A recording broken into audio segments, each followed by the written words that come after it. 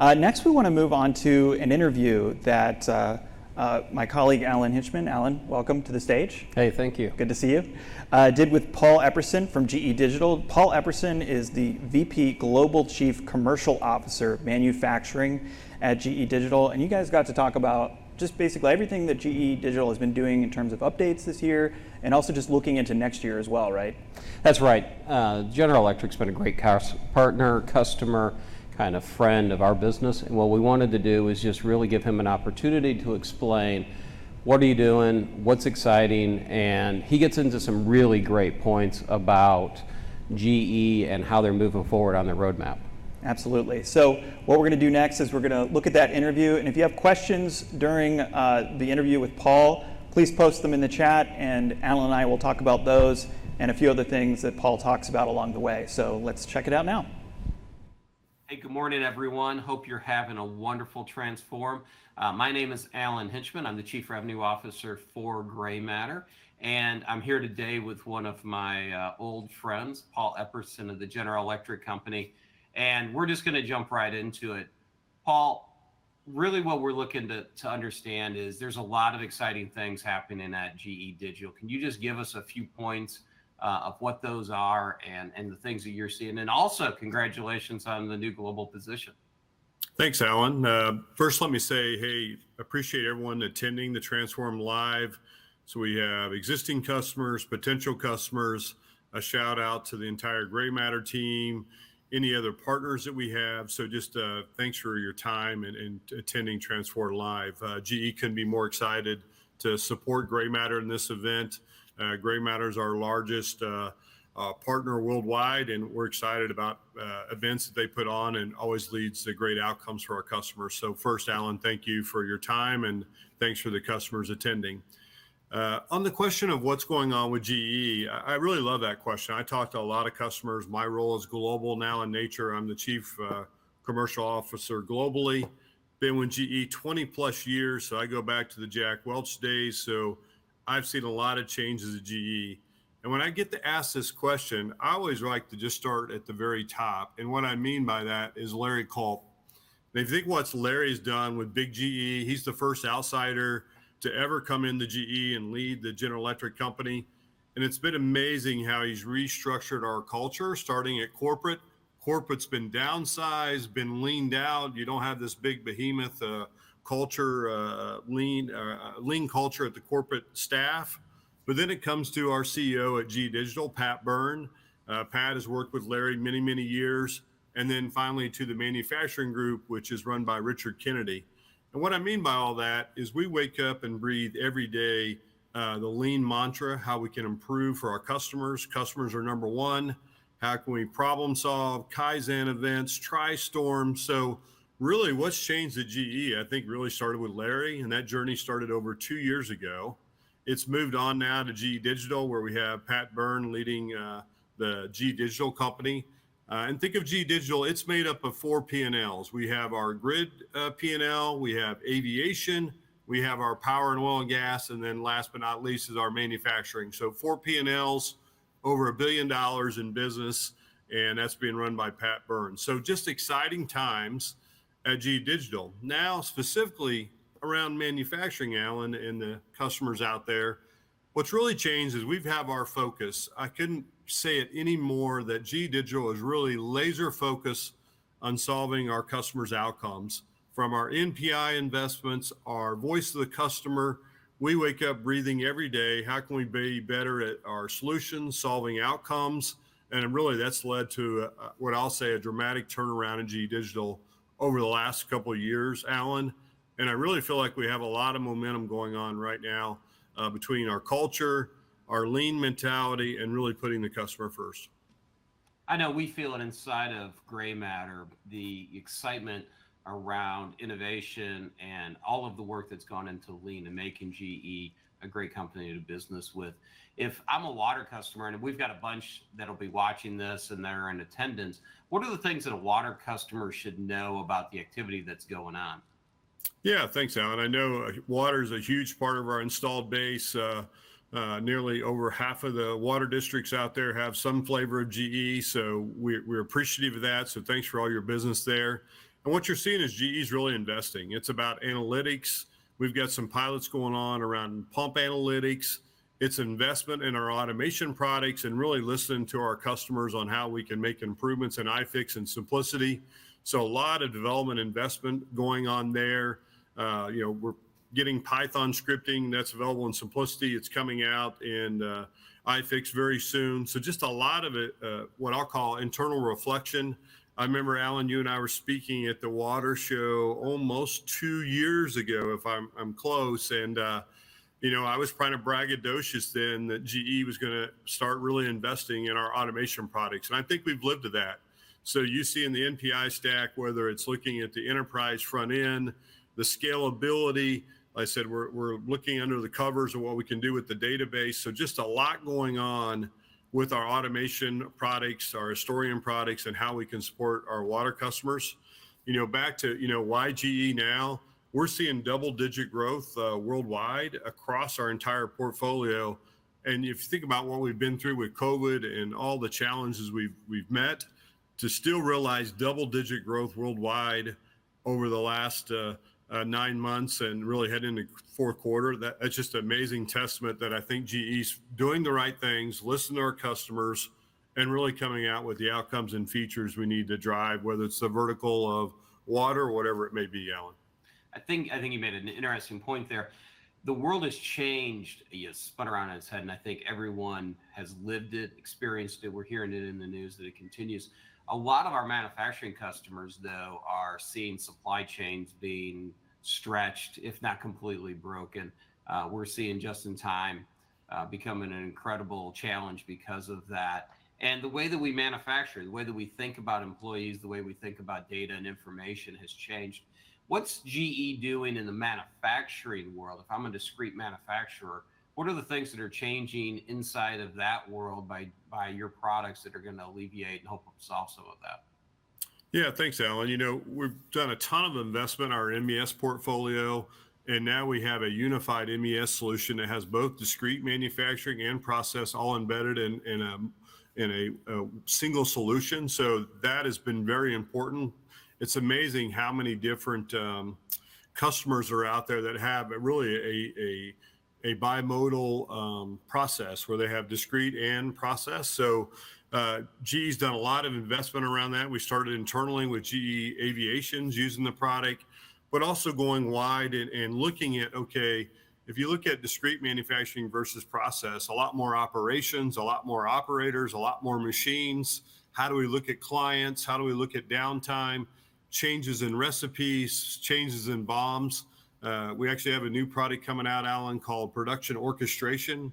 If you think about how that plays with MES, where the BOM is constantly changing, coming down from the ERP, and you got to change that BOM on the fly. You might have 3 tiers of suppliers, but supplier 1 and 2 cannot supply your products this month. You're down to your third string supplier for widgets. And oh, by the way, I now need to push the recipes or the BOM out to across my entire discrete, or if it's process and batch. And so a lot of exciting things going with production orchestration and how supply chain is affecting whether you're discrete or process. You have to change your process up on the fly and your recipes and your operations. So a lot of exciting things. We've got 2 pilots going on there and have seen some great success on that, Alan. You spoke about the double-digit growth, and what's interesting about that is that means today there are folks in the audience that are considering going on their GE journey with products. There's customers that are brand new. And I think, in our last question here, what's the one thing, if I'm new in my journey with GE, I'm in one of my first purchases, or I'm considering my first purchase, what's the one thing that I need to know? Yeah, a great question, Alan. GE is very exciting right now. Like I said, the momentum, and I'll get to your question, Alan, but I kind of want to frame it up. Mm-hmm. Right now, GE is chasing in the interaction with multiple net new logos with over 100 net new manufacturing plants worldwide. So in the process of negotiation, T's and C's. So a lot going on with a lot of different new logos. And where I'm going with that, Alan, is the recurring theme I hear is really GE's approach about solving the outcome. What's the statement of work look like? What's the KPIs we're going to measure? One specific customer we're with, it's about a 30 plant rollout worldwide. They're on their third try at MES, their third try. And ironically, GE has competed for these in the past. So now you say, what's different, right? And we've been really working with this customer.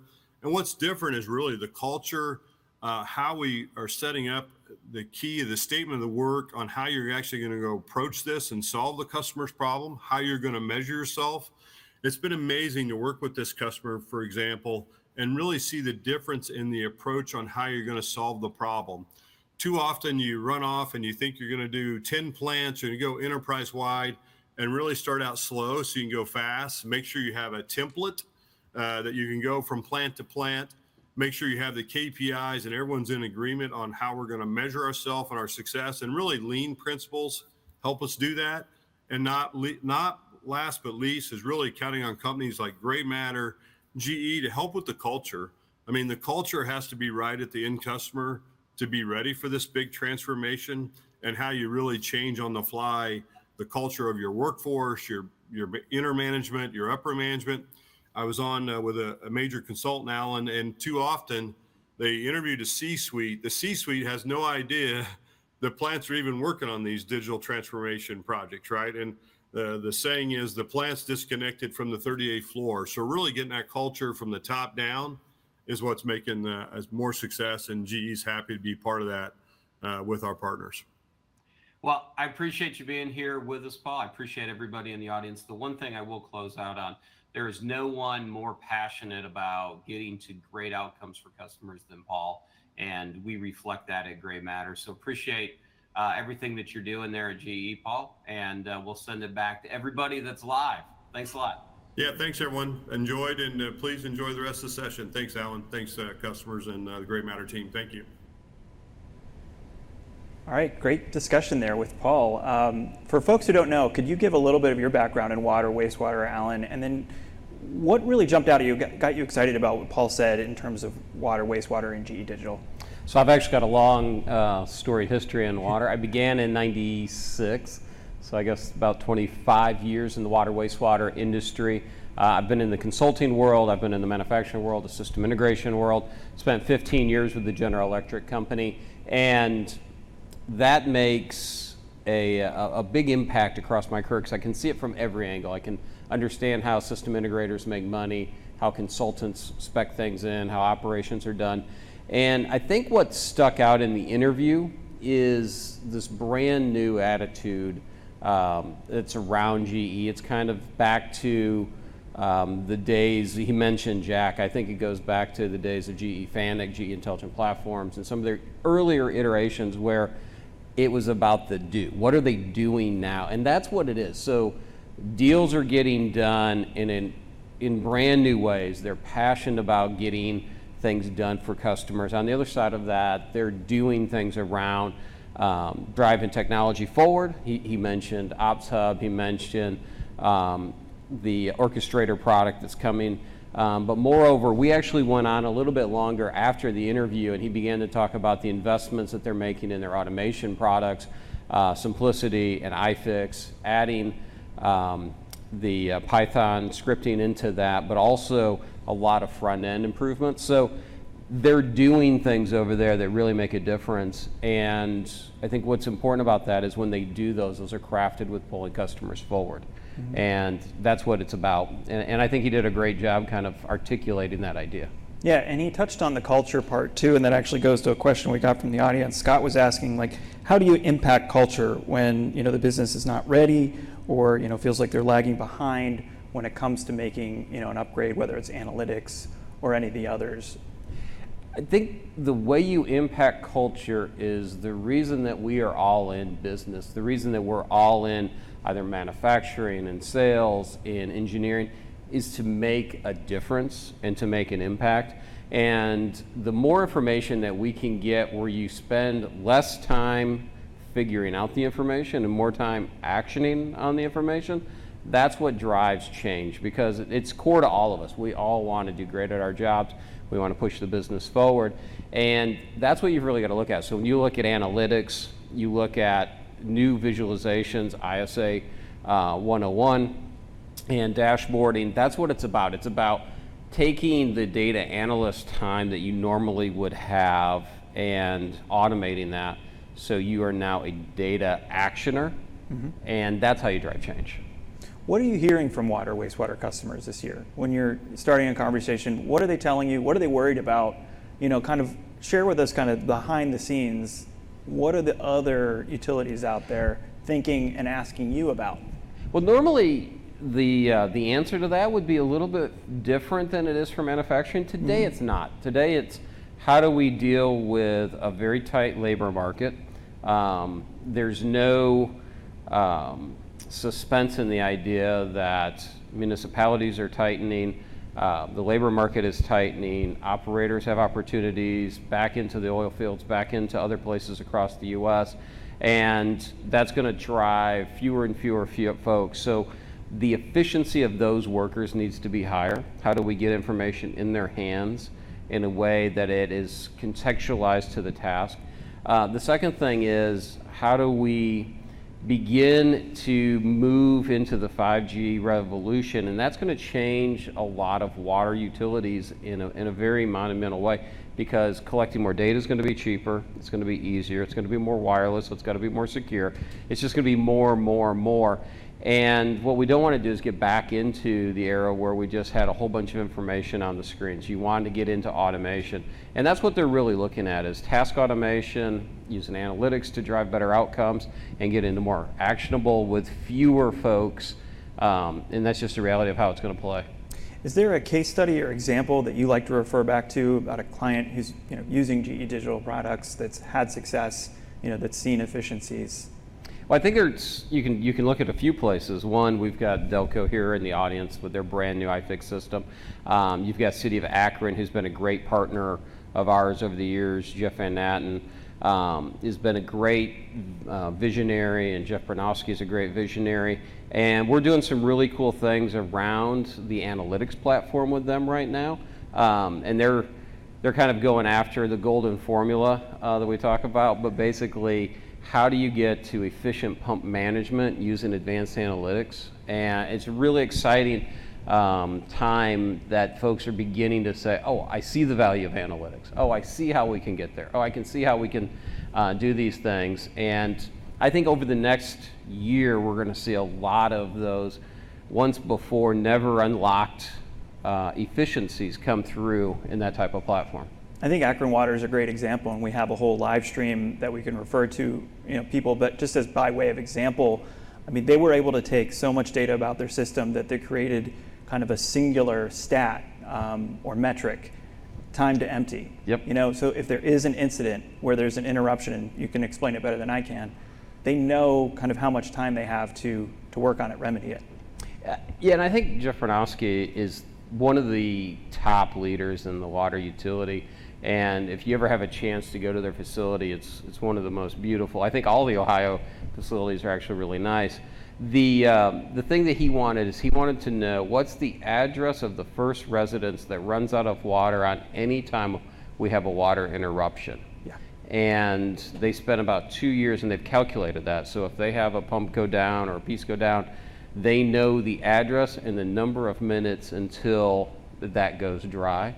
And that is through their iFix system. It's pulling a whole bunch of data points together. The same thing is he built a LIMS management system out of iFix. Right. So folks think about this, oh, it's my SCADA, it's just going to run pumps, it's just going to do these things. If you really unlock that, there's a lot of value there. And City of Akron's done a great job. Yeah, it's just proof of it, how far you can take it.